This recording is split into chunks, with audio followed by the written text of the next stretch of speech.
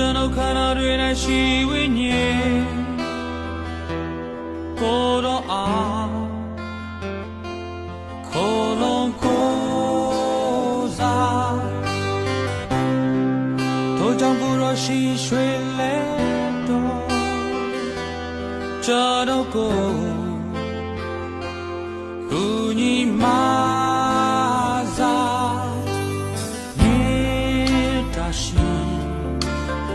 ကျွန်တော်အသက်တာလမ်းမှာဆင်လန်းပြလင်းစေပါမိုက်တီစင်တာရင်အောင်ရှက်တာစီနေကိုတော်သည်ကျွန်တော်အလေးယုံကြည်ပါ၏တောင်းထိန်ရှိသောမျိုးရုပ်ကဲ့သို့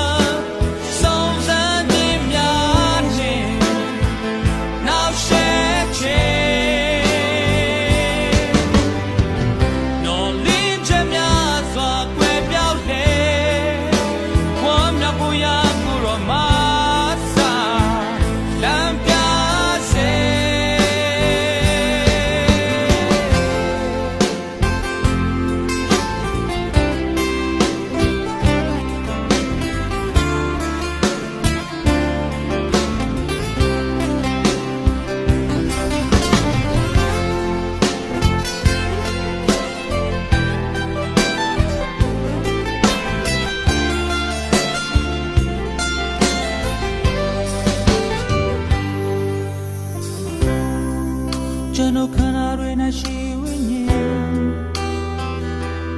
ကိုယ်တော်အားခိုလုံးကိုးစား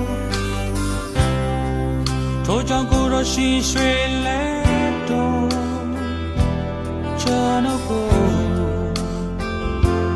ကူညီမ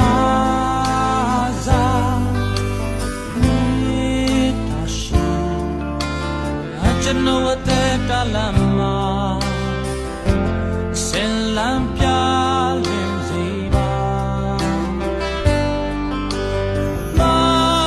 မိုက်တီစီတာရင်အောင်ရှက်တာစီလေ